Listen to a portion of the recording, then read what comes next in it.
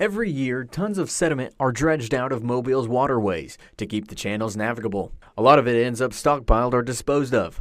But now, some of that mud is getting a second purpose. So this is a really innovative solution so that we can use our native soil that's in our navigation channel, that native sediment that's coming down the rivers. We're excited about this project because it provides us an opportunity to use that fine-grained sediment. For the first time in the region, dredged sediment from the Mobile River is being used to make 3D printed artificial reefs.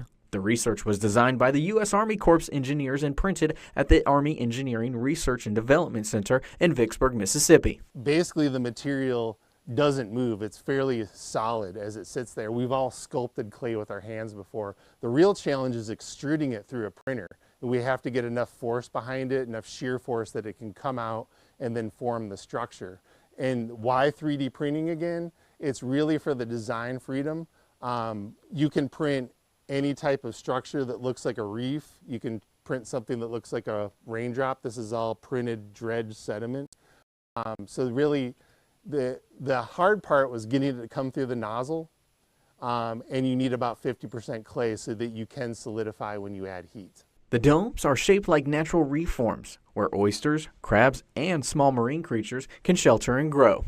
We are currently at one of the test sites where the 3D dome is being monitored by scientists. And over the next few months, they're going to be tracking two main things: whether the dome can hold up against storms, waves, and time, and also if marine life is starting to use the structure.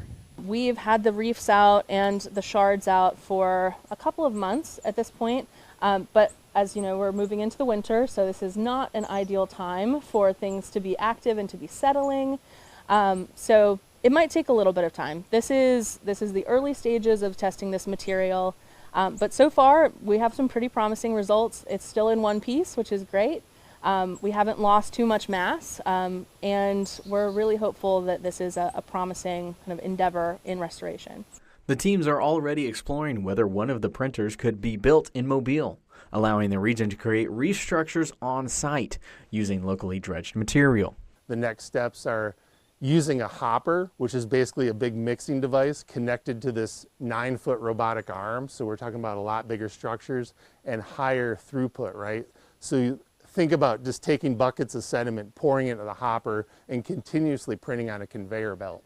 For now, the reefs are small, but if they survive the tests ahead and attract life, the mud-made 3D printed domes could be a game changer in protecting Mobile Bay and growing the Gulf Coast. In Mobile Bay, I'm Sam Parker alongside photojournalist Nick Johnson, WKRG News 5.